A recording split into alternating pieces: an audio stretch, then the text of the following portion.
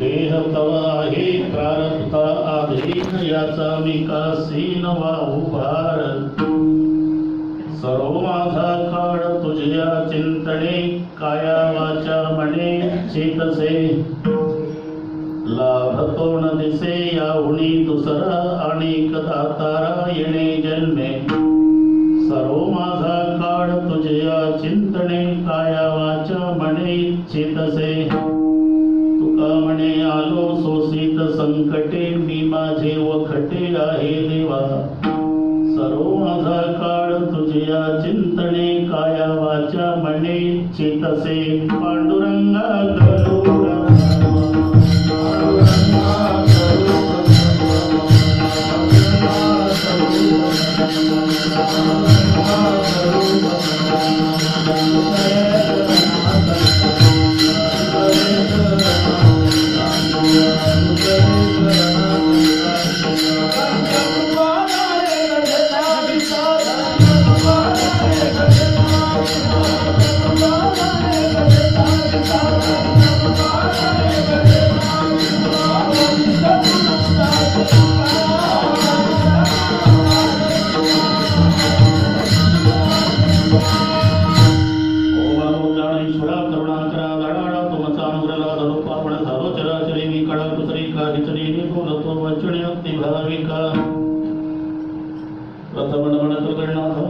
चरणावरी ठेवणी माझा साष्टांगी आता दंडवत दुसरी बंधू सारदाचे चतुर्णाच्या आत्मदावा शुद्धी पाविजे सहजातीच्या चरणवता दंडवत आता बंधुदेव ब्राह्मण यांचे पुण्य पावन प्रसन्न होते श्रोते जनदया माश दंडवत आता साधू सज्जन नित्य हृदय हरीचे ध्यान पवित्र नामोच्चार जनतया माश दंडवत आता नमोरंग भूमिका कीर्तने उभे होते एका टाळ मृदंग श्रोते रेखातया माझे दंडवत ऐसे नमन करुणी सकळ हरिकथा बोले बोबड्या बोला ज्ञानी म्हणून आपल्या बाळाचा नवे सकळा नामा म्हणे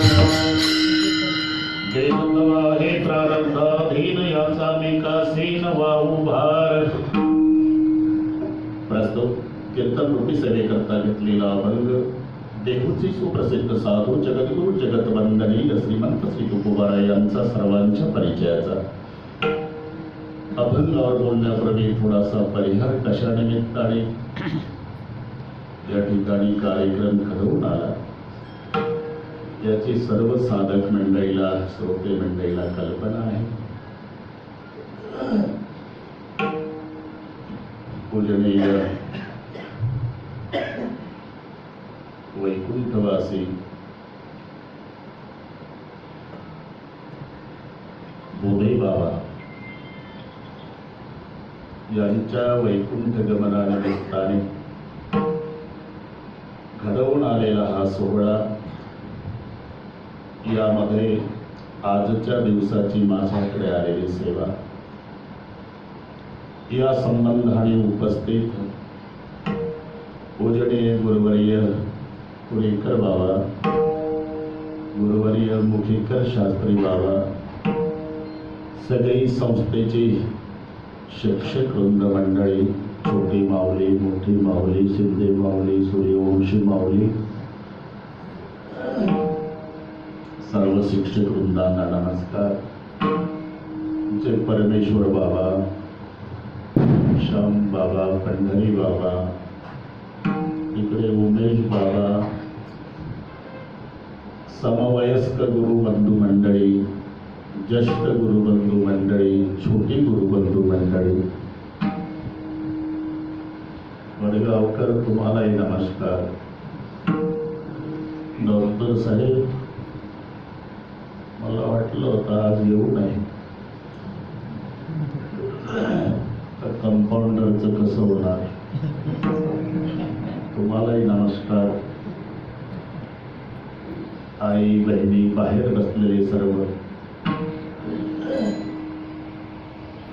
त्यांचे बंधू रामरावजी तुम्हालाही नमस्कार. कोकणकर सेठ नमस्कार करण्यात वेळ जाईल. सर्वांना नमस्कार.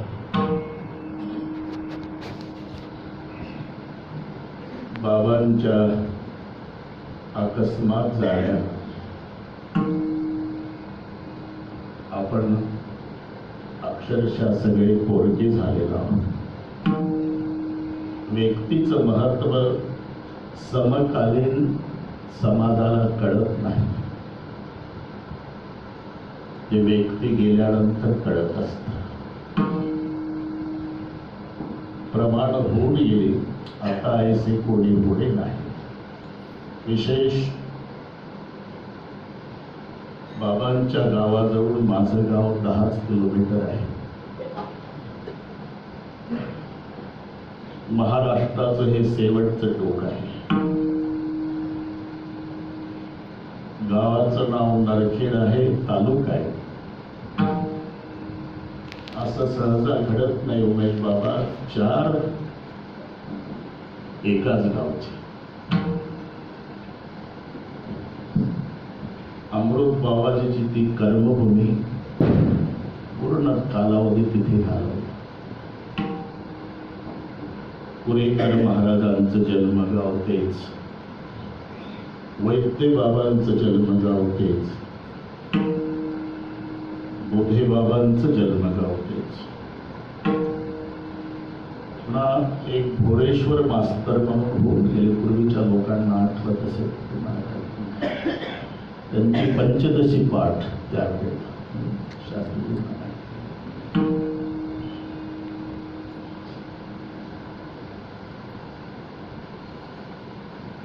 1932 पासून तिथल्या मंदिरामध्ये अखंड विना चालू आहे. 7 दिवसाच्या सप्ताहात विण्याचा प्रहार टिकत नाही. 80 वर्षाचा काळ झाला, विना बंद नाही मंदिरात. पूजनीय कुरेकर बाबांचे वडील लहानोजी पाटील कुरेकर हे पाटील घरात. तेव्हा कीर्तनकार होते लहानोजी महाराज. आणि लहानोजी महाराज आम्ही पाहिले नाही, बाबांचे वडील. त्यांच्या कीर्तनामध्ये वैद्य बाबा लहानपणी पखवाज वाजवायचे.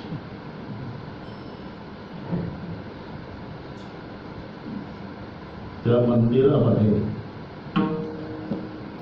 पूजनीय बाबांनी प्रहार दिलेला आहे. लहान अमृत बाबाजी जवळ गेलो म्हणजे आम्हाला सांगायचे कुरेकर बाबाने प्रहार दिला आहे.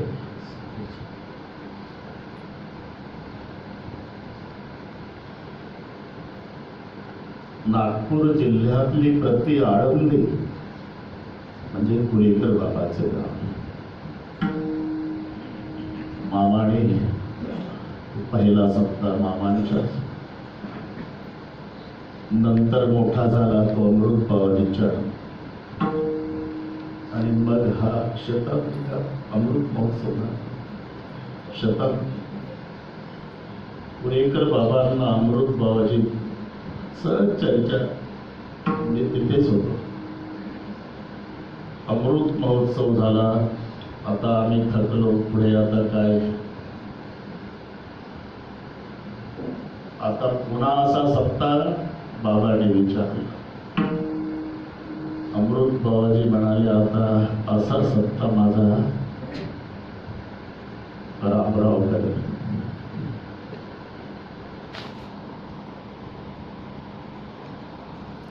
मग तो शताब्दी महोत्सव झाला.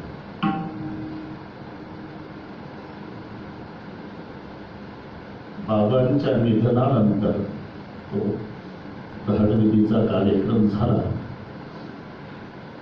त्यांचे बंधू बसलेले रामराव बाबांना भेटायला गेले.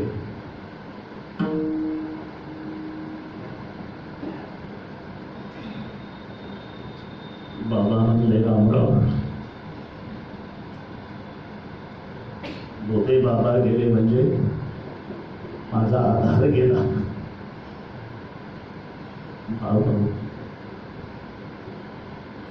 आपल्या समोर सगळे आमची गुरुबंधू मंडळी आहे. मोठे बाबा गेले, खुले बाबा, वैद्य बाबा, निकम बाबा, अत्तू सिंग बाबा, वडोलीकर महाराज, कदम माऊली सगळे गेले. सगळ्या गुरुवर्यात नाजूक तब्येत बाबांची होती. सगळ्या गुरुवर्या. मी का सांगतोय, आपण सगळे गुरुबंधू आहेत. आपले गुरुवर्य गेले म्हणजे आपण एकमेकाजवळ रडतो, एकमेकाचं सांत्वन करतो. थोडा डोळे मिटून विचार करा, बाबा एकटे खोलीत बसत असतील,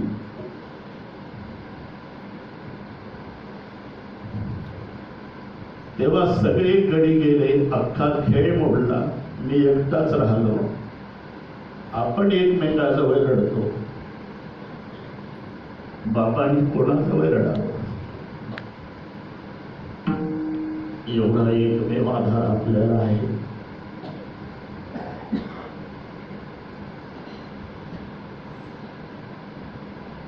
जावं लागतं प्रत्येकाला. एक दिवस ठरलेला आहे.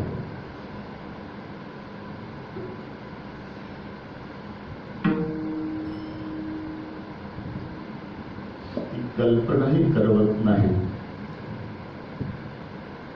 केवढं प्रेम आपल्यावर या गुरुवर्याने केलं. स्वतःचा प्रपंच नाही,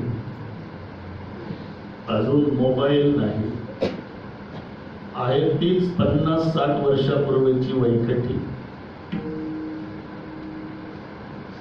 पूर्ण आयुष्य केवळ साधक घडवण्यामध्ये ज्यांनी घालवलं, पुढे संस्थेचं कसं होणार, पण वैकुंठातून जोग महाराजांचं हे नियोजन आहे. तुमचं आमचं निमित्त आहे. पुन्हा या रूपानं शास्त्रीजी, उल्हास महाराज, शिंदे माऊली, भजन शिकवायला परमेश्वर बाबा, छोटी कदम माऊली, मोठी कदम माऊली, ही सगळे शिक्षक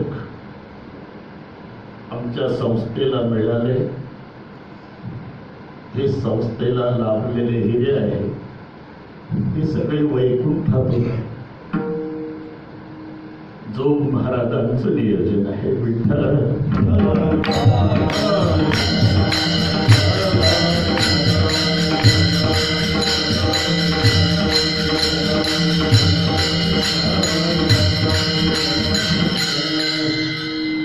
बाबांची खूप सेवा केली.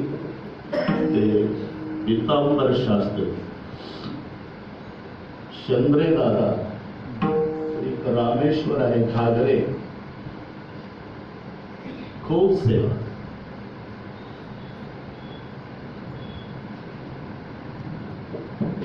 वर्णन करायला शब्द नाही एवढी सेवा.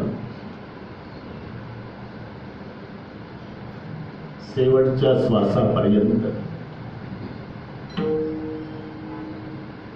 मला खात्री आहे,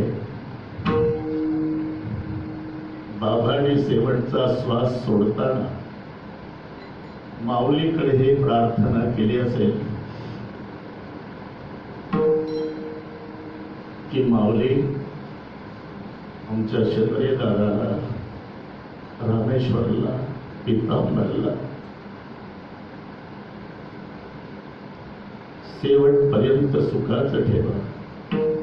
महात्मा तोंडानं आशीर्वाद देत नाही, त्याचं हृदय लढत असत. कासवेत वारे कृपा दृष्टी, कासवेत वारे कृपा दृष्टी.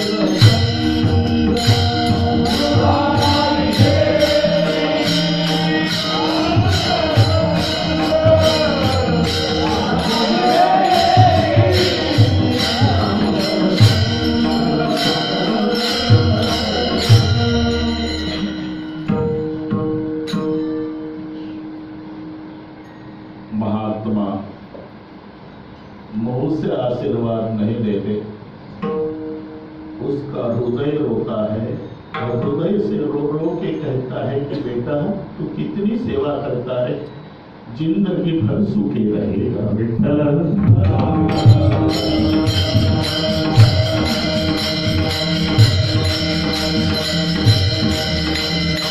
बाबांचं जीवन सर्वांना माहिती आहे। जन्मभर बाबांनी परमार्थ केला आणि देविदास मध्ये असताना 78 ते 83 पहाटे बाबा 4 वाजता उठवायचे परमेश्वर महाराज। गारठ्याचे दिवस मग बाबांना चुकवण्यासाठी आम्ही वैकट्या घेऊन जिन्याखाली झोपायचो। आमच्यात कोणीतरी झाड्या लावायचे ते देखील झोपले ना बाबा 4 वाजता, नाहीतर अंगावर पाणी टाकायचे। खूप प्रेम सर्व साधकावर, कोण्याही साधकाने यावं। पहिलं 4 महिने बाबाच्या तालमीत पंढरपूरला तयार व्हावं आणि मग आनंद, भेदभाव नाही, कुठलाही असो कोणी असो, आईच्या अंतःकरणाने सर्व साधकावर जीवापाड प्रेम करणारे म्हणजे बाबा। त्या दिवशी शंकर महाराज बडवे बोलून गेले कीर्तनात। सर्व माहिती आहे आपणाला। मी म्हटलं होतं 1.25 महिना झाला ऑपरेशन झालं, आज पहिल्यांदा उभा राहतो, होईल तितका वेळ बोलेल। गंभीर महाराजांनी हिंमत दिली उमेल बाबा काल, काळजी करू नका बाबा, तासभर तुम्ही करा, बाकीचं मी पाहून घेतो। काय पाहून घेतो पण असतो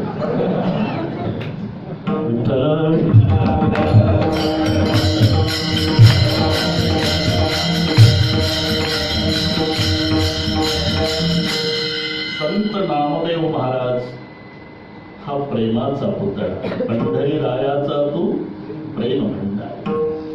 ज्ञानोबाराय ज्ञानाचा पुतळा, तो तवर ज्ञानाचीच मूर्ती। तुकोबाराय वैराग्याचा पुतळा, नाद बाबा शांतीचा पुतळा, पण आमचे मोठे बाबा म्हणजे मूर्तिमंत भजनाचा जन्मभर। आणि मग प्रश्न निर्माण होतो की चांगलं केलं म्हणजे चांगलं होत असतं। मग जन्मभर जर बाबाने भजन केलं तर त्यांना 4 महिने एवढं पडून त्रास का भोगावा लागला? गुडगावकर हा कोणालाही पडणारा प्रश्न आहे। याचं कारण आहे प्रारब्ध हे देहाला। आधी रचना प्रारब्धाची आहे आणि मग रचना शरीराची आहे।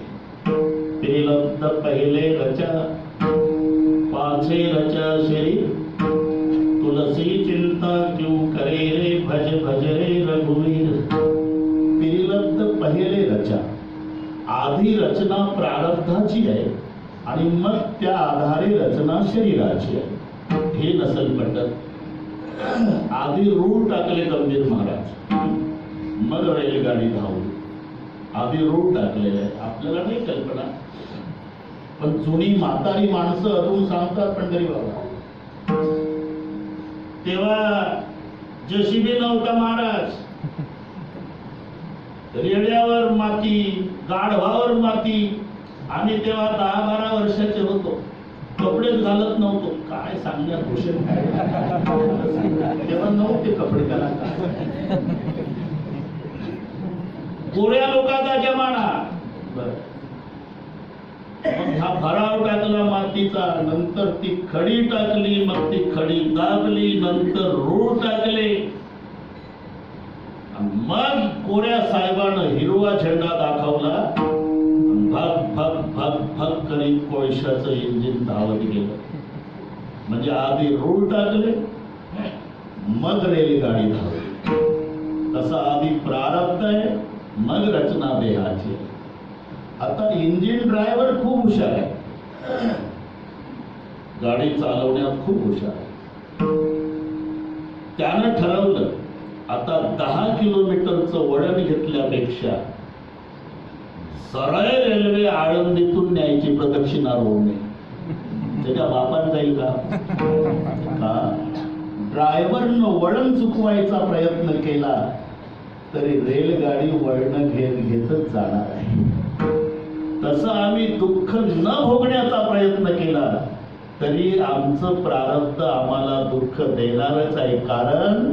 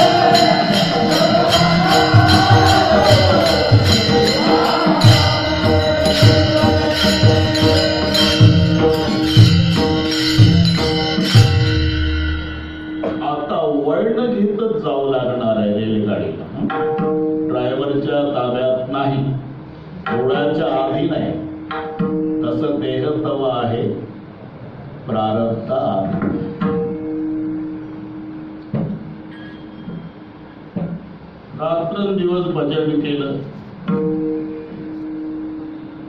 तरी एवढं दुःख का, हे सहज प्रश्न विचारतात. तुम्ही एवढे देवदेव करता, पंढरीची आळंदीची वारी करता, हरिपाठ काकडा, ज्ञानेश्वरीचं पारायण, कुठं चालले सप्ताहाला, तरी एवढे दुःखी का? आम्ही कधी कीर्तनात नाही, कधी देवदेव करीत नाही, कधी सप्ताहाला वर्गणी देत नाही, देत असेल त्याला देव देत नाही, एकही दिवस शुद्धीवर नाही, एकही तमाशा चुकवत नाही, तरी आम्ही एवढे सुखी का? कोण म्हणतंय देवाचं भजन केलं म्हणजे प्रारब्धातलं जे आहे भोग भोगावा लागत नाही? कभी करनी कभी शर्दी, ये तो कुदरत के नजारे हैं. अरे प्यास तो उसे भी लगती है जो नदी के किनारे है. नदीच्या काठाला बसलं आणि दिवसभर पाणी बघितलं म्हणजे तहान लागत नाही का? तसं रात्रंदिवस भजन केलं म्हणजे काय प्रारब्ध भोगावं लागत नाही का? कोणी असतं भजन कशाला? ज्याचं भजन करायचं तो रात्रंदिवस सोबत होता.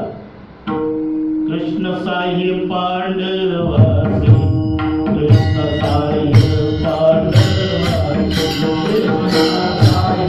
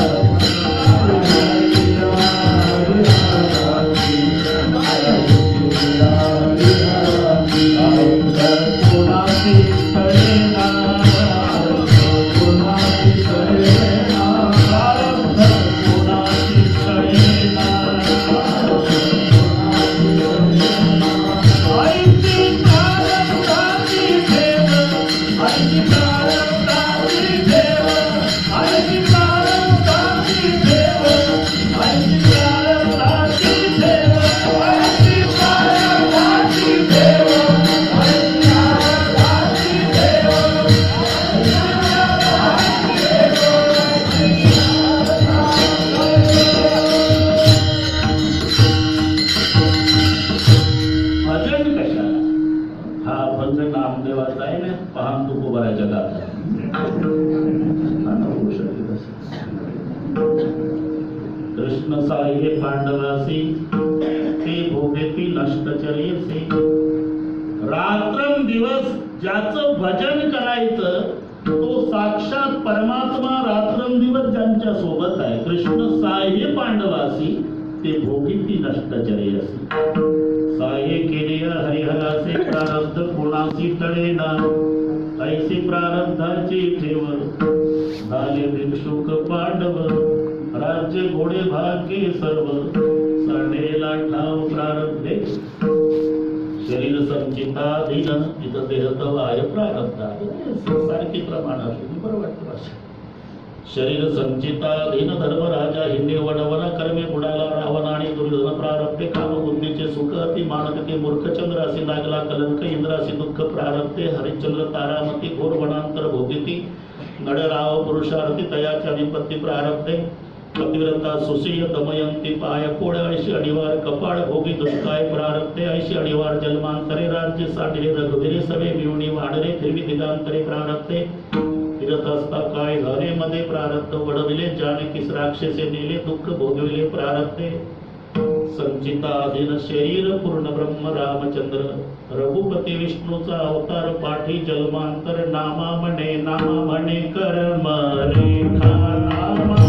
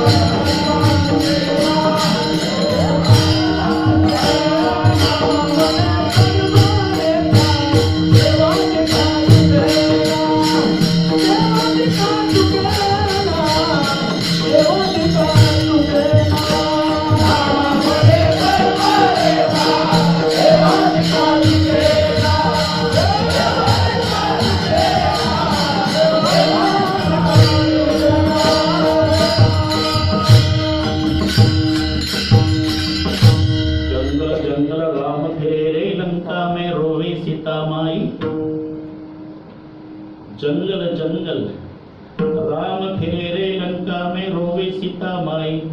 कर्म रेखा बड़ी दुस्तर है तिल घटे नाराई. म्हणून नामा म्हणे कर्म रेखा देवादिका चुकेना. थोडी असू द्या प्रत्येकाला आहे आणि ते भोगावंच लागणार आहे बरं का गंभीर महाराज. प्रत्येकाला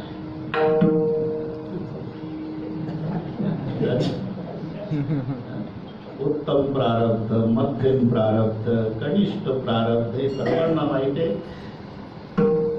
एका आईच्या पोटी जन्माला आलेले दोन भाऊ पण एकाचं प्रारब्ध मंत्रालयात एसीच्या रूम मध्ये फाईलवर सह्या करतो आणि एक दादरच्या स्टेशनवर हमाली करतो.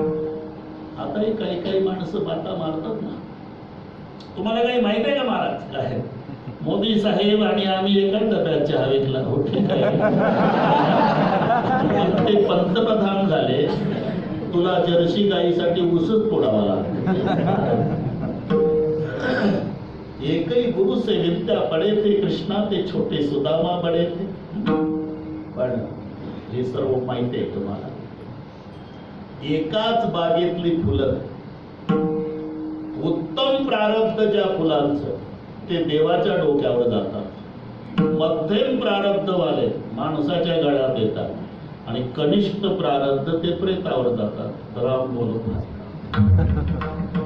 प्रेताला सुद्धा किसी की लाश पर फूलों की लड़ी है तो किसी की लाश बिगर कफन से पड़ी है. एक बेवारस प्रेत असतं येड्या बाभळीजवळ 3 दिवस पुत्री भोवताना पोलीस पंचनाम्यात. एकाची अशी यात्रा निघते की शृंगारलेलं असतं चेहरा दिसत नाही. किसी की लाश पर फूलों की लड़ी तो किसी की लाश बिगर कफन की पड़ी. हे तर माहित आहे तुम्हाला. एकाच कुंभार बाबाच्या आवऱ्यातले सगळे भांडे. पण एक उत्तम नशीबवालं ज्याच्यामध्ये 3 पिढ्या लोणी ठेवण्यात येत होतं दादा, हा पूर्वीचा काळ. आता नहीं, आता डालडा है उमेश बाबा.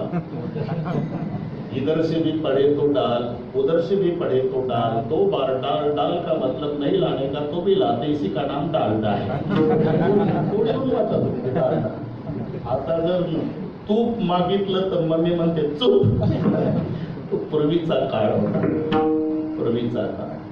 उत्तम प्रारब्ध. ते शिंक्यावर भांड असायचं. 90 वर्षाची ती म्हातारी वाड्यात, तिसरा प्रहराच्या वेळी काही कामं नाही, तिच्याच वयाच्या 2-4 म्हाताऱ्या काठी टेकत यायच्या दारात. मग त्यांचा चहा पाणी झाला की त्या समवयस्क म्हाताऱ्या 85, 90, 82, 92 वयाच्या, घरमालकींचं वय 90. ते लक्ष जायचं शिंक्यावरच्या भांड्याकडे. नानी काय आबाई, ते त्यांची भाषा. शिंक्यावरचं भांड बरंच जुनं दिसतं. कधीच आहे मला नाही सांगता येत, पण माझी आजी सासू सांगत होती तिच्या आजी सासूच्या हातचा आहे हा हिशोब घरी गेल्यावर करणे. तिचं वय 90च आहे. ही म्हणती तिची आजी सासू सांगत होती तिच्या आजी सासूच्या हातचा.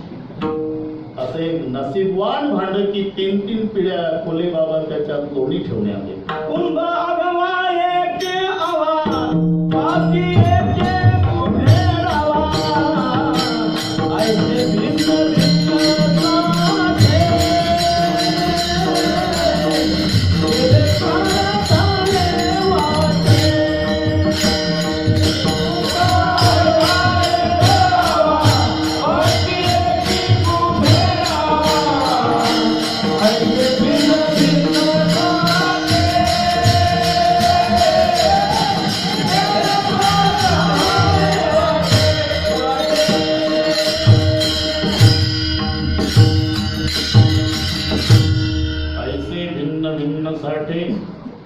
केले प्रारब्धाने वाटे. एक नसीबवान, उत्तम नसीबवान ज्याच्यात 3 पिढ्या लोणी ठेवण्यात येतं. एक मध्यम प्रारब्धवान स्वयंपाकाला जातं, आणि ज्याचं कनिष्ठ प्रारब्ध आहे ते म्हाताऱ्याला उठता येत नाही, मग वाटवर ठेवावं लागतं. ही मराठी कळते तुम्हाला. केले प्रारब्धाने वाटे. दगडाला सांगा 5 फूट लांबीचा दगड मधून तोडला, 2.5 फुटाची मूर्ती केली, उरलेला 2.5 फूट फेकून दिल्यापेक्षा पायरी केली. ज्याची पायरी केली तिथं आम्ही पाय ठेवतो, ज्याची मूर्ती केली तिथं डोकं ठेवतो. पूजा एकावरी दगडा. लोखंडाला सुद्धा 1 फूट लांबीचं लोखंड मधून तोडलं, 6 इंचाचा तुकडा, त्याचा चिमटा केला, आणि 6 इंचाचा तुकडा त्याचा चमचा केला. आधी एकच होत. 1 फूट लोखंड लांबीचं मधून तोडलं वडगावकर, 6 इंचाचा तुकडा त्याचा चिमटा केला, आणि उरला 6 इंच त्याचा चमचा केला. चिमटा और चमचे से होत बड़ी तकदीर, चिमटा जलता अंगार में, चमचा खाता खीर. हे प्रारब्ध. ते जन्मभर निखारे उचलतं, आणि खिरीच्या पातेल्यात मजा मारतं चमचा. चमच्याची मजाच.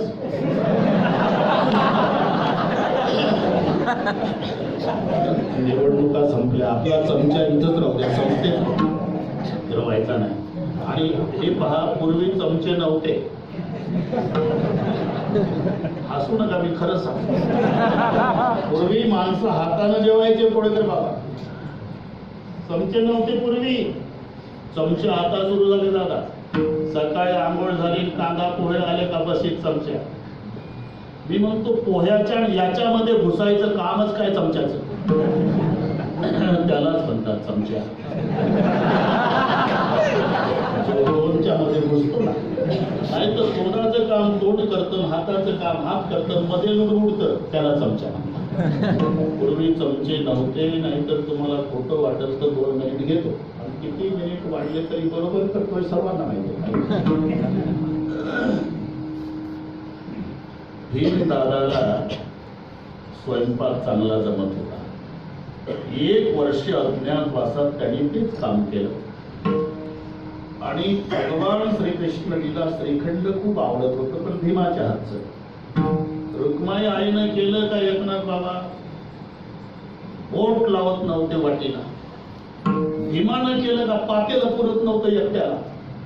असं बरेच दिवस झालं. एक दिवस रागावल्या रुक्माई. हे तुम्हाला ऐकायला मिळतं, फक्त तुम्ही सांगत नाही आम्हाला. चांगली भजी घरी केली का तुकाराम बुवा, तुम्ही खाऊ नका आणि मग पहा तुमचा सासरवाडा. हॉटेलात कसं तुटून पडता, घरी खात नाही. हे रुक्माईचं सांगतो. भीमानं केलं म्हणजे पातेलं पुरत नाही, आम्ही केल्यावर वाटेला बोट लावत नाही. करण्याची काही पद्धत असते, कसं करायचं असते. भीमाला विचार. मग आई साहेब भीमाकडे गेल्या, वेळी कमी असताना लगेच गेल्या. भीमा आम्ही श्रीखंड केलं तर वाटेला बोट लावत नाही, देव तू केल्यावर पातेलं पुरत नाही. करायची काही पद्धत आहे, कसं करायचं असते लिहून घ्या. मग ते कोष्टक सांगितलं, मी चमच्यासाठी सांगतो. अर्धा ढक सुचिर परुष्ट लग्न हा सर्वे फलम मधुफलम मरिचार विकर्ष हा खंडस्य षोडशे पदानि शशी प्रपस्य सुंकम पदार्थमध्ये अर्धफलम चतुर्णाम सूक्ष्मपणे पटेलनया मुखपाणी दृष्टा कर्पूर बोली येशा उपद्रुता सरसा रसाला या स्वामिता भगवता मधुसूदनेन वगैरे. पण अर्धा ढक, अर्धा ढोक नाही ना ते तुम्ही हे बाबा महाभारतातलं पुस्तक आहे. 4 सेराचा एक ढक, अर्धा ढक सुचिर परुषितष्ट दगडा, म्हणजे 2 शेर उत्तम पैकी भिजलेलं दही लिहिलं.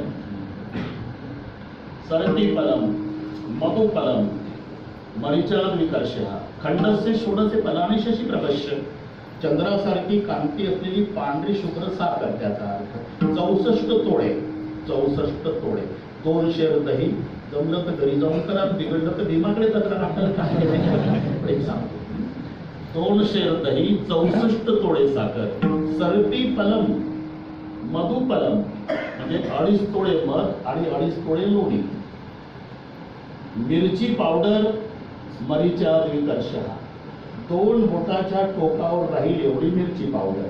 म्हणजे बोट मिरची पावडरच्या डब्यात बुडवायची आणि अशी वर काढायची, अशी नाही असे. त्या टोकावर राहील एवढी मिरची पावडर त्या श्रीखंडात टाकायची.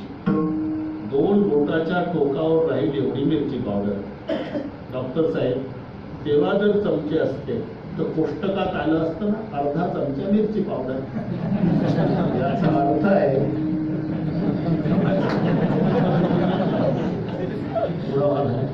चमचे पूर्वी नव्हते. चिमटावर चमचे से बोध पडी तलवी, चिमटा जलता अंगार में चमचा हातात. ही लोखंडाला प्रारब्ध म्हणून जे प्रारब्धात आहे. तुम्ही किती एकुलता एक मुलगा लाडका, 100 एकर जमीन गडगंज श्रीमंती, अर्ध्या एकरात वाडा. त्याने पप्पाला हिरोडा घेऊन मागितली. पप्पानं शास्त्रीजी दुपारी 2 पर्यंत ताणून दिली हिरोडा. ते 18 वर्षाचं कोण उमेश बाबा एवढी गाडी पडवतं, एवढी गाडी पडवतं. 15 दिवसांनी ग्रामस्थ आले, 5-25 आले. पाटील आहे का घरी? अहो या ना आत्या. चहा पाणी कांदा पोहे काय वाड्यात झालं असेल. कसं गेलं केलं. एकट्याची हिंमत होत नाही म्हणून सगळे मिळून आलो. इथून सुरुवात. पाटील हादरला, म्हणजे काय झालं काय ते सांगतो, जरा दम काढा. आम्ही तुमचे वैरी नाही, पण तुमच्याबद्दलची आत्मीयता म्हणून. अहो सांगा ना, मुद्द्याचं बोला ना. अहो तो तुमचा मुलगा गाडी पळवतो का हेलिकॉप्टर? एक दिवस पोत्यात गुंडाळून आणावं लागेल. बाबाचे डोळे भरून आले. ठीक आहे सांगतो मी, जातो. गेले सगळे. दुसऱ्या दिवशी मुलानं हिरगुंडा काढली, किक मारली गाडीला. गाडीवर बसलं दारामध्ये. आता गाडी सुरू होणार. आई वडील आले. मुलगा 18 वर्षाचा गाडीवर बसलेला आहे. उजवा हँडल मम्मीनं धरला तर डावा पप्पाने. बोलले नाही. उमेश बाबांचं रडणं सुरू झालं मायबापाचं. मुलाला कळे ना, मोटरसायकलवर मुलगा बसला, मायबाप रडतात, भांडण का रडता मम्मी, का रडता पप्पा? काल दुपारपासून जेवलो नाही आम्ही. अरे ते वही आहे का, ग्रामस्थ 5-25 आले होते आणि त्यांनी सांगितलं पोत्यात गुंडावून आणावं लागेल. अरे एका खांबावर द्वारका आहे, 100 एकराचा मालक आहे बाबा. कालपासून तुझी आई मी जेवलो नाही. आम्ही मायबाप आहोत, इथं तुझ्याशिवाय दुसरं पाहायला कोणी नाही. मायबाप असलो तरी तुझ्या पाया पडतो, गाडी हळू चालवत. हो पप्पा, हो मम्मी म्हणत ते घरून हळूच काढतो शिंदे मावली काय. पण बाजूला गेलं की पुन्हा अंशीनं पडवतं. का? तिकडून एक ट्रक अंशीनं निघालेली आहे आणि याची त्याची विधिलिखित धडक देऊ फाट्यावर ठरलेली आहे.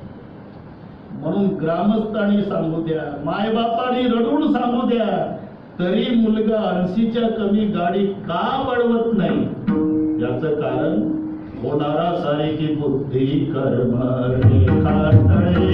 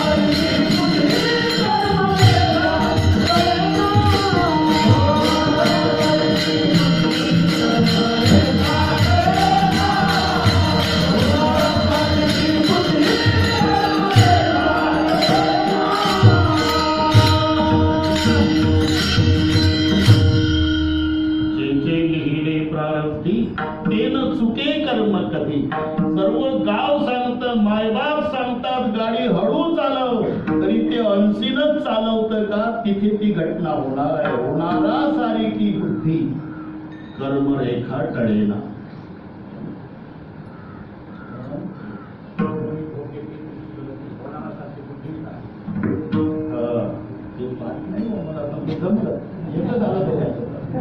होणारा सारी की बुद्धी काय? नकळे पुढील होणार, नकळे पुढील होणार, नकळे पुढील होणार, भविष्य हा विचार, भविष्य हा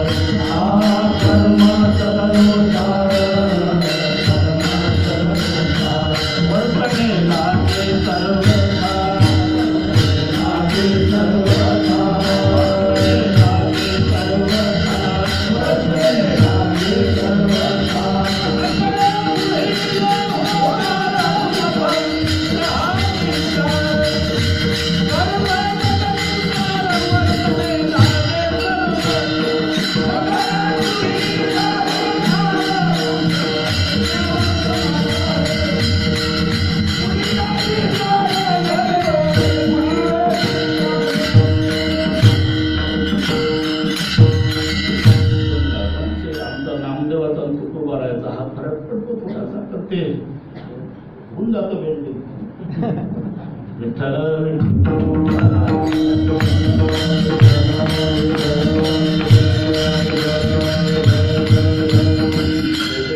प्रारब्धतेनं कर्म कधी होणारा सारे की बुद्धी कर्म रेखा टळेना न कळे पुढग विचार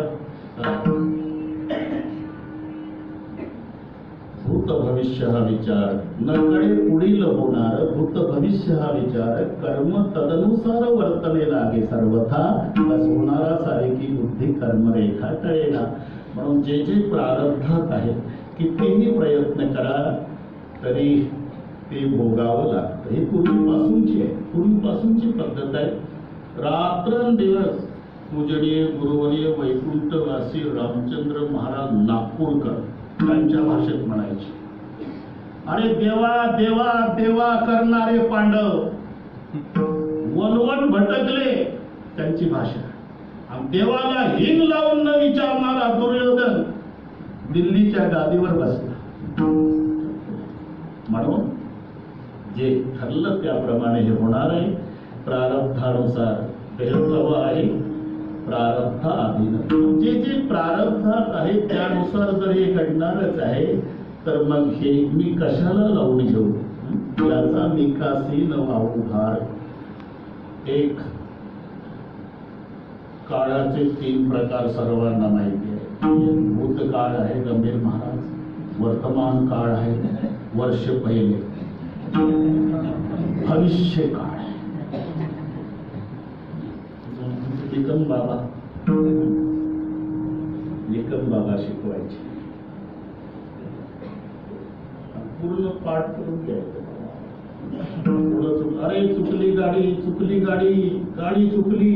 तुझं चुकलं नाही म्हणायचं,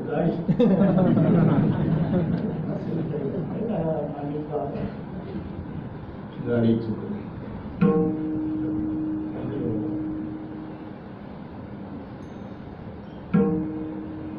भूतकाळ, वर्तमान काळ आणि भविष्य काळ. शाळेत जोड्या लावा. जोड्या, चिंता, स्मरण आणि चिंतन. शाळेत फळावर लिहून दे, जोड्या लावा. भूतकाळ, वर्तमान काळ, भविष्य काळ, चिंता, स्मरण, चिंतन. हे 3 शब्द 3 ठिकाणी लावायचे. तेव्हा स्मरण ही भूतकाळाला,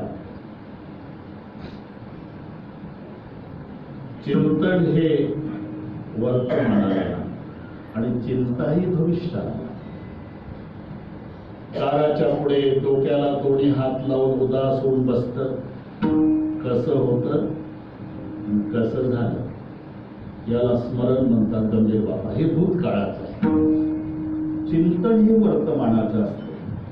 इथे नाही, इथे सगळे पण घाई घाई माणसं येतात उमेश बाबा, आणि इथं आल्यावर त्यांच्या लक्षात येतं की कुलूप लावलं होतं पण ओढून नाही पाहिलं. लागलं असेल की नाही, लागलं असेल की नाही, लागलं असेल की नाही. मस्त कीर्तन आला आणि चिंतन घरच्या कुलपाचं. हे चिंतन वर्तमानाचं आहे, स्मरण भूतकाळाचं आहे आणि चिंता नेहमी भविष्याची असते. दिवसभर काम धंदा करून आलं, जेवण झालं, आंथरूण पांघरून झालं, कॉटवर पडलं, डोकं उशीवर टेकलं की सुरू होती, तिला म्हणतात चिंता. खाटेवरी पडता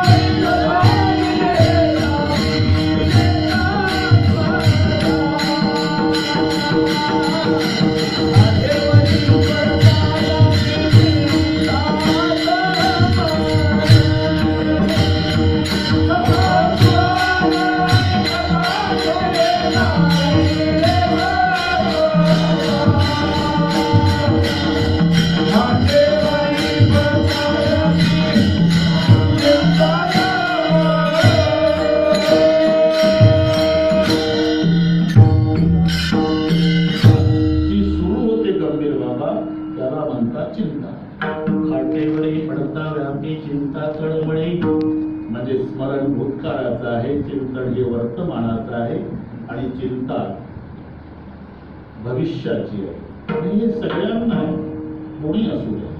चिंता की बड़ी आज लगी है चले सर्व संसार. चिंता कोणी असू द्या. सफर करने वाले को चिंता सामान की, नैया चलाने वाले को चिंता तूफान की, किराएदार को चिंता मकान की. असा कोण आहे ज्याला चिंता नाही. चिंता ही भविष्याची आहे. तुकोबाराच्या लक्षात आलं चिंता का करावी लागली. ते पंढरपूरला गेला म्हणजे फिरतं दुकान असतं, त्याची बायको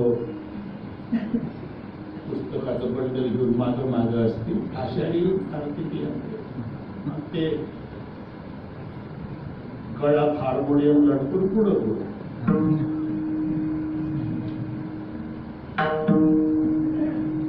ते पुढं म्हणतं सगळे पाठ आहे तुम्हाला, पुस्तक विकायचं असतं. 7व्या दिवशी सटवीचा फेरा बाळा तिनाचा पुन्हा धरा, घेतं त्या वेळेला आंघोळा करा तो बाळा पैसे शिवाय सांभाळणार. किंमत 2 रुपये. त्याच्याजवळ ते पुस्तक असते. पत्नीने पतीचे नाव घ्यायचे पुस्तक, किंमत 10 रुपये. आणि गरजू लोक खरेदी करतात. त्याच्या जसं आहे तसं पाठ केल्या जातं. मोत्याचा पाऊस सोन्याच्या धारा, राव निघाले लढाईवर आता गेली धारा. त्याच्यात मोत्याचा पाऊस न सोन्याच्या धारा तर टँकर सुरू झाले असते का. निघाले लढाईवर आता दुष्काळी गोडवर अब्दागिरी धरा शंकरराव फोरण टोपलं डोक्यावर. कुठली अब्दागिरी. एवढं नाटकी नाव एकदा पत्नी घेत असते तर जन्मभर तिला सांभाळण्याची जबाबदारी पतीवर येते. एकदा जर पत्नीनं पतीचं नाव घेतलं तर पतीला जन्मभर सांभाळावी लागते. तसं तुकोबाराच्या लक्षात आलं, मी इतके दिवस याची चिंता करीत होतो.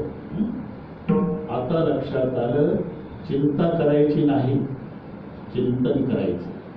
एकदा चिंतन केलं की मला चिंता करायची गरज राहत नाही. तुझी चिंता त्यासी सर्वदा, तुझी चिंता त्यासी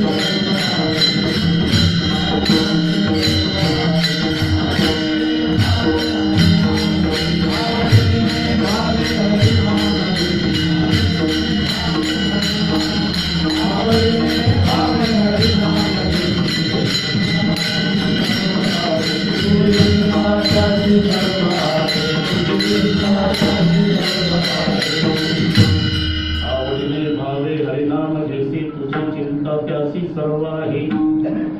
मग एकदा आपण त्याचं चिंतन केलं की चिंता करायची गरज राहणार नाही. आणि म्हणून तुकोबारा म्हणतात तेव्हा हे मागचं जाऊ द्या, पण इथून पुढचं जे आयुष्य आहे त्याच्या बाबतीत मी संकल्प करतो.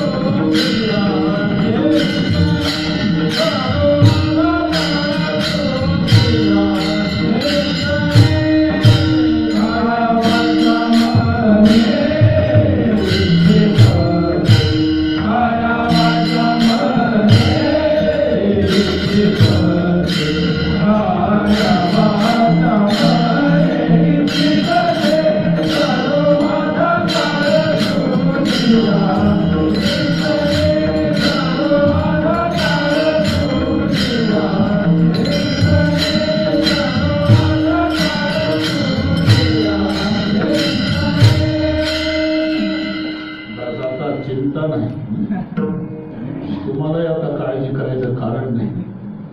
अजून अवकाश करू शकतो पण म्हणलं मी पाहून घेऊ पुढचं. आता काही काळजी करू नका. सर्व माझा काळ तुझ्या चिंतने, काया वाचा मने इच्छे तसे, चिंतने सरे तो नवे, काळ सारावा चिंतने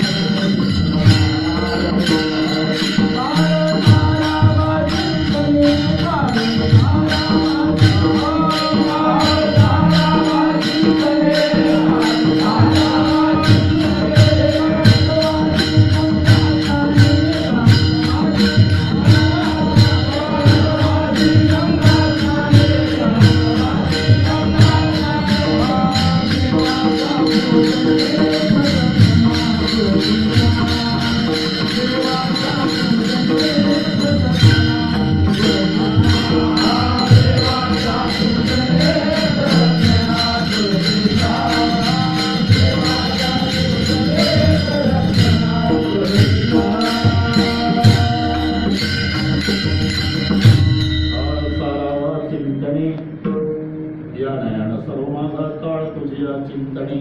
हे वरवर म्हणत नाही देवा, काया वाचा मने इच्छे. एकदा भजन घेऊन बरोबर ते आहे बरोबर करू, काय बरोबर करू एकदा सर्वांनी. विठोबा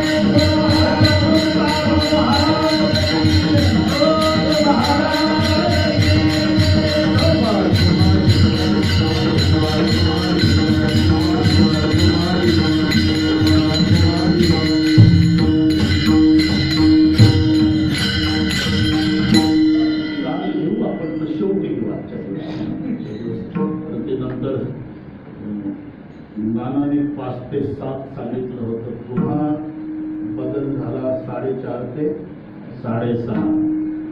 ते दिवाळी आहे, लक्ष्मीपूजन आहे. ब्रह्मचार्याला नाही काही तसं होतं. ज्याला ज्याला लक्ष्मी आहे धातूला उपसर्ग लागला म्हणजे अर्थ बदलतो. ज्याला ज्याला काहीच्या लक्ष्मी कडक आहे, कडक लक्ष्मी, मग इकडून गेल्यावर कडक लक्ष्मीचं प्रवचन ऐकावं लागतं. रोग काय कीर्तन, दिवाळी आहे का काय, जाऊन बसला तिथं.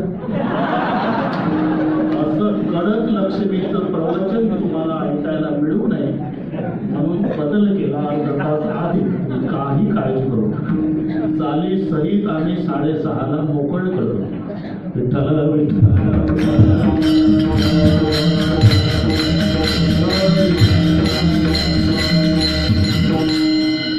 सर्व माझा काळ तुझ्या चिंतने, बरोबर नाही काया वाचा मने इच्छे कसे. ठीक आहे तुकोबारा, पण चिंतनात काळ सरावा हीच अपेक्षा का करतात याचं कारण आहे. लाभ कोण दिसे याहुनी दुसरा, लाभ कोण दिसे याहुनी दुसरा.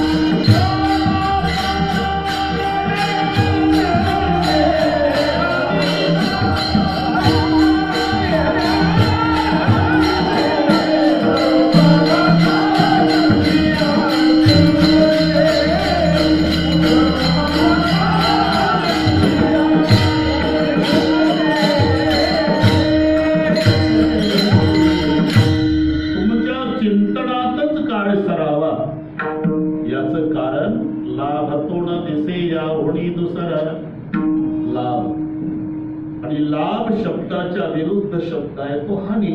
सगळे पाठ आहे तुम्हाला, लाभ आणि हानी. भगवंताचं स्मरण. कसं आपण ज्याला संपत्ती म्हणतो ती संपत्ती नाही, विपत्ती समजतो ती विपत्ती नाही. विपदो नैव विपद संपदो नैव संपदा, विपद विस्मरणं विष्णू संपन्न नारायण स्मृती.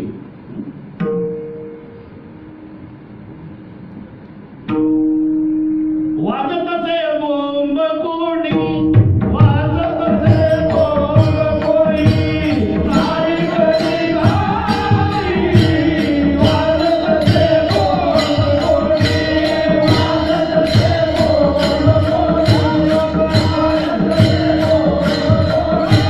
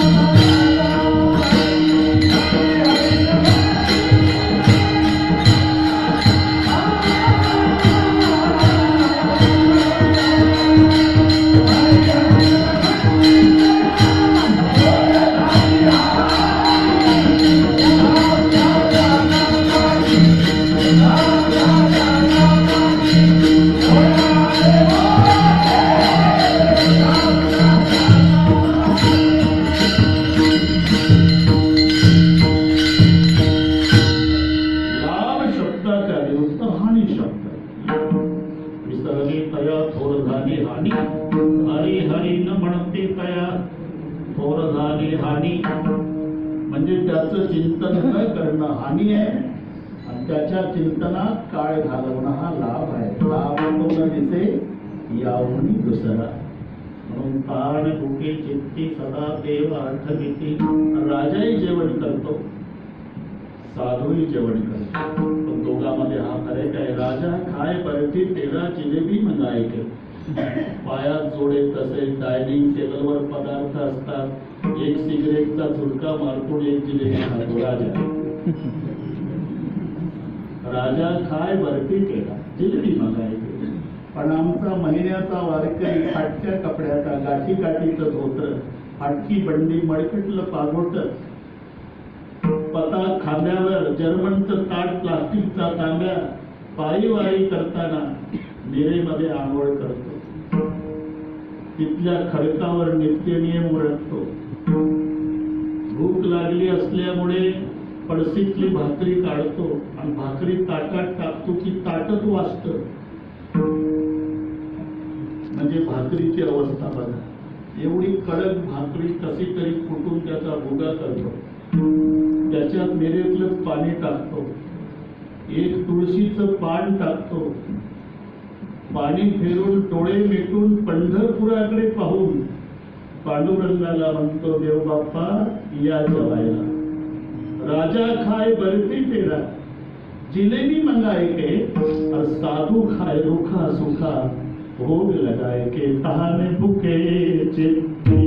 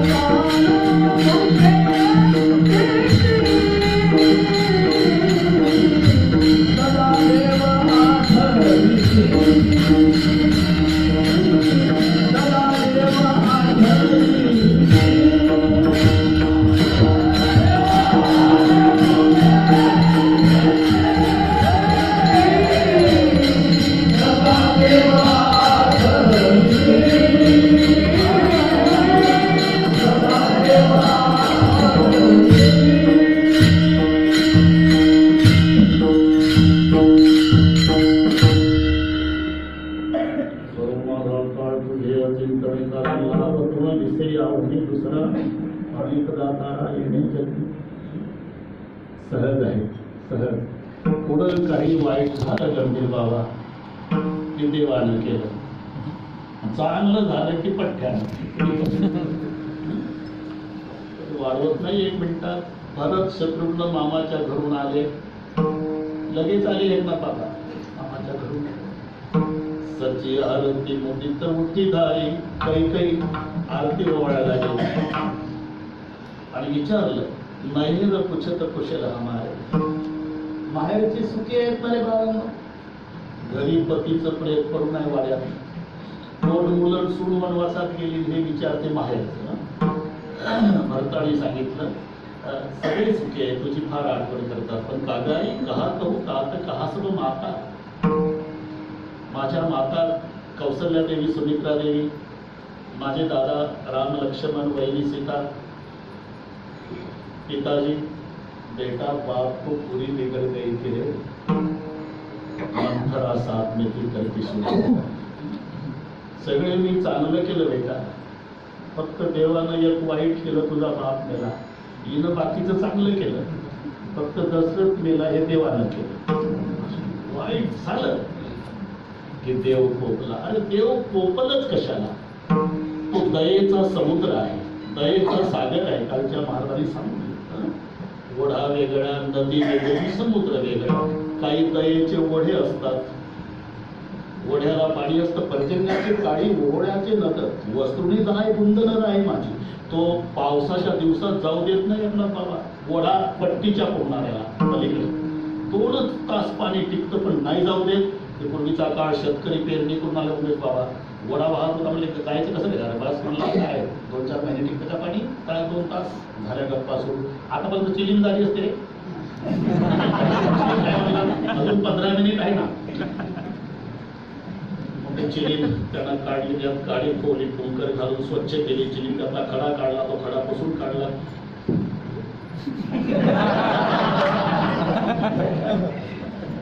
चिलनीत तंबाखू टाकला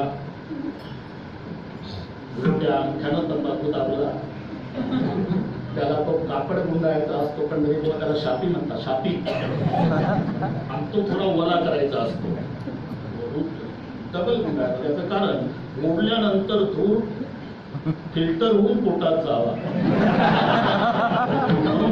डबल फिल्टर हा म्हणला जाणे ते शापी भिजून वड्यातून हा गेला वापस आला जाणे ते नाही मला वड्यातून पुढे भिजू शकतो तशी काहीची दया वड्यासारखी असा मृत्यू काहीची दया नदीसारखी असते नदीला पाणी असतं पण पावसाच्या दिवसामध्ये वाढतं संपलं की उतरतं वर्षाकाळी सरिता चढू लागे शरद कालोरी सरिता बाजूला सगळे पाठ आहेत तशी काहीची दया श्रावणात वाढते भाद्रपदात उतरते इथे नाही पण खेडेगावामध्ये तुम्ही श्रावण महिन्यातली कोंबडी पहा तो श्रावण महिन्यामध्ये भगवान शंकर विचार करतो की एवढे भक्त येतातच कुठून गेलाचं पान तांब्यात पाणी हर महादेव गेलाचं पान तांब्यात पाणी हर महादेव महादेव म्हणतो मग काय रजेवर जाता का रे बाकीचे दिवस या महिन्यात मोठी कोंबडी पहा खेडेगावात फिरायला निघली ना 2-4 किलो पुढे 2-4 किलो मागं मध्ये छाती काढून चालते कोंबडी पुढे पाहते मागं पाहते मेरा भारत महान 1 महिना श्रावण संपला की कोंबडी उकिरड्यावर एकटी दिसत तुम्हाला कोंबडी काय महाराज लेकर कुठे आहे अगले महाराज झाले कळत नाही तुम्हाला श्रावण संपला संपले माझाही नंबर लागतो गणपती उठल्यावर आमची दया श्रावणात वर जाते भाद्रपदात खाली नदीसारखी दया वड्यासारखी दया पण भगवंताची समुद्रासारखी दया तुम्ही कधी जा दुष्काळात जा सुकाळात जा रात्री जा दिवसा जा समुद्र पूर्ण पाण्यानं भरलेला त्याचा भगवान पूर्ण दयेनं भरलेला मग त्याला दया सागर म्हणतात मग तो पोपल कसा मग हे कशामुळे अरे बाबा म्हणजे आपण ज्याला कारणीभूत आहे न्यायाधीशाचा स्वभाव नाही उमेश बाबा फाशी देणं फाशी कोण देतं न्यायाधीश फाशी देत नाही लटकवणारे फाशी देत नाही फाशी देतही कोण गुन्हेगाराचा गुन्हा गुन्हेगाराला फाशी देतो हे त्याचं उत्तर आहे एक थोडीशी वेळ घेतो 5-6 मिनिटाची सर्वांना माहिती असेल तर माझ्या वाचण्यात गेलं ग्रंथाचं नाव माहिती नाही पण एक 5 मिनिट घेतो बरोबर करू संदीपणी गुरुदेवाचा आश्रम शिकायला सुदामजी आणि श्रीकृष्ण सगळ्यांना पाठवलं रात्री 12ची घटना त्याच अरण्यामध्ये ब्राह्मणी राहत होती विधवा तिला 2 मुलं होती पती मरण पावला होता आणि ती मुलं सांभाळण्याची जबाबदारी तिची आहे कुठेतरी भिक्षा मागायची लेकरापुरतं घेऊन यायची घरी चिंतन करायची त्याच अरण्यामध्ये एक दिवस काहीच मिळेना खूप फिरली तिला हरभरे मिळाले हरभरे आणले अर्धे मुलांना खाऊ घातले दादा आणि उद्या लेकराला काहीतरी असावं म्हणून अर्धे हरभऱ्याची गाठोडे उतरंडीमध्ये ठेवली उतरंड असायची रात्रीचे 12 वाजलेले चोरटे आले ती झोपलेले आहे ब्राह्मणींची मुलं आणि ब्राह्मणी मावशी चोरटे आणि ती उतरंड उचकटली त्यांना ती गाठोडी सापडली चोरट्यांनी डोकं चालवलं कारण दागिन्याचे मणी आणि हरभरे सारखे असतात त्यांनी डोकं चालवलं हे हरभरे नसेलच कारण दागिन्याची गाठोडी एवढी सुरक्षित ठेवली म्हणून त्यांनी ते दागिने समजून गाठोडी काढली घाईत निघाली तर उतरंड पडली पडल्यावर ब्राह्मणी जागी झाली चोरटे पुढे ही संदीपान गुरुच्या आश्रमातली जवळजवळ शेजारची घटना ते पुढे पडत होते मी मागणं आणि ती म्हणायची जा घेऊन माझा पती मरण पावला 2 लेकरं सांभाळण्याची जबाबदारी माझ्यावर आहे उद्या माझे लेकरं हे खातील हरभरे म्हणून आणून ठेवले होते माझ्या लेकराच्या तोंडचा घास हिसकावून चालला शाप आहे तुम्हाला हे हरभरे जो खाईल जन्मभर दरिद्री राहील आणि रात्री 12ला सुदामजी जागे होते चोरट्यांच्या लक्षात आलं हे हरभरे आहेत कशाला न्यायचे दिली फेकून गाठोडी आश्रमात. चोरटे निघून गेले. सुदामजीनं ते शब्द ऐकले. सकाळी कृष्ण सुदामजीला सर्पण आणण्याकरता गुरु मातेनं पाठवलं. भूक लागेल बाळांनो म्हणून नेमकी तीच गाठोडी गुरुमातेला सकाळी सापडलेली, तीच त्यांना दिली खायला. भूक लागेल जंगलात तर खा. पुढचा सगळा प्रसंग तुम्हाला माहिती आहे. भगवान कृष्णजीला सुदामजीला हरभरे दिले नाही, एकट्यानं खाल्ले. सांगून आता आपली वेळ घेत नाही. पुढे ते द्वारकेचे राजे झाले. चाल द्यायचे आहे शब्द दिल्याप्रमाणे. बरोबर करतो. पत्नीच्या सांगण्यावरून, कारण हे सहज बोलले ना. सुशीला, आपको पता है अभी अभी कृष्णचंद्र जो द्वारिकाधीश हुआ मेरा बाल सखा है. बाल सखा नहीं देवी लंगोटिया यार एक संग रहते थे, सब खाते थे, सोते थे, विद्या पढ़ते थे, गुरु ग्रह तक की बात है. एक दिन मैं नहीं दिखा तो मेरा कृष्ण सुदाम सुदाम करके रोता था. देवी बहुत प्यार करता था. प्रारब्ध का खेल है ना. मैं झोपड़ी में रहता हूँ, मेरा सखा द्वारकाधीश हुआ. तोरे मित्र कृष्ण भगवान सहत दुःख नाना. पत्नी म्हणाली, जर द्वारकेचा राजा आहे म्हणता तर जाणव मदत मागायला. शिक्षे कहो सिकरे जग कोटी ताको कहा देती है शिक्षा जता प्रके परलोक सिधारत संपत्ति की न क्यों नहीं इच्छा मेरे यह के पद मंत्र बार हजार देखी परीक्षा औरण को धन चाहिए बावरी बामन को धन के बल दीक्षा. शेवटी समजलं तुम्हाला गेले सुदामजी. आज सोडेना. आज सोडल्यानंतर ते पुढचा सगळा कार्यक्रम तुम्ही समजून घ्या. सुदामजीचे पाय धुणं चालले. सोन्याच्या पात्रात पाणी वरती रुक्माई जगाचा बाप पाय धुतो. ये क्या करते हो रे लाला. ये दुनिया की माँ है, तू दुनिया का बाप मेरे दरिद्री के पैर धोते हो. सुदाम, मुझे मालूम है ये सब कुछ मिला है ना. विप्र प्रसादा धरणी धरोहर. विप्र प्रसादा कमलावरोहर. ही सगळी ब्राह्मण देवाची कृपा आहे. सगळे झालं, भोजन झालं आणि एकांतात बालमित्र बसतात आणि मग आठवण. सुदाम, आपको एक पुरानी बात याद है. एक दिन गुरु जी से ईंधन उड़ाया, कृष्णा सुदामा को जंगल बटाया, जंगल लाने लकड़ी लाने जंगल गई हुई बरसात है. हाँ याद है. कृष्ण सुदामा को भूख सताया, चोरी से चढ़ा सुदामा चबाया. तुम्ही ने पूछा था सुदाम क्या खाते है. हाँ पूछा था भगवान. तूने क्या जवाब दिया था.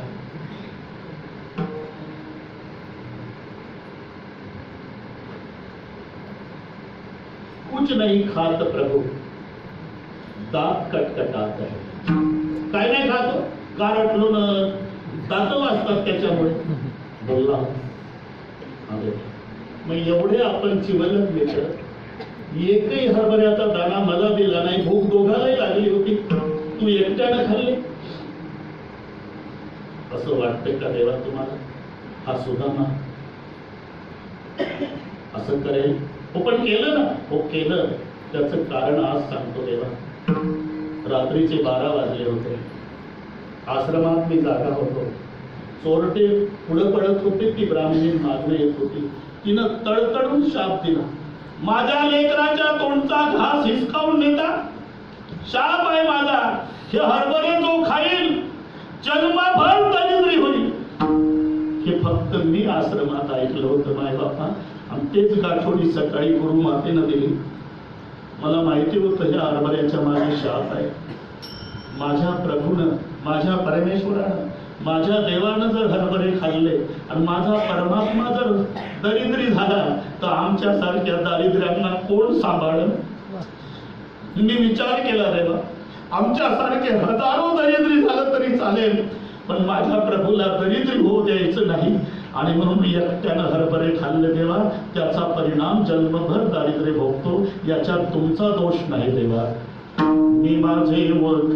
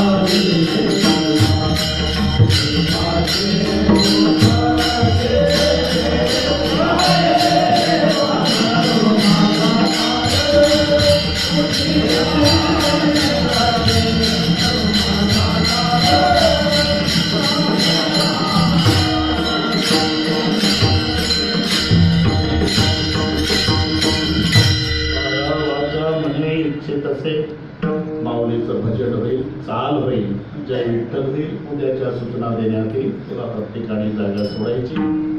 1 मिनिट पुढे फार मोठा उत्सव जो महाराज शताब्दीचा आहे तुमचं पंक्तीचं चालू आहे. दादालाही सांगितले साहेब आले निवडून द्या या पंगत काय नाही 5 लाख रुपये लागतात पाठवून देतो म्हणजे तयारी आहे. सगळ्या गुरुबंधूच्या वतीनं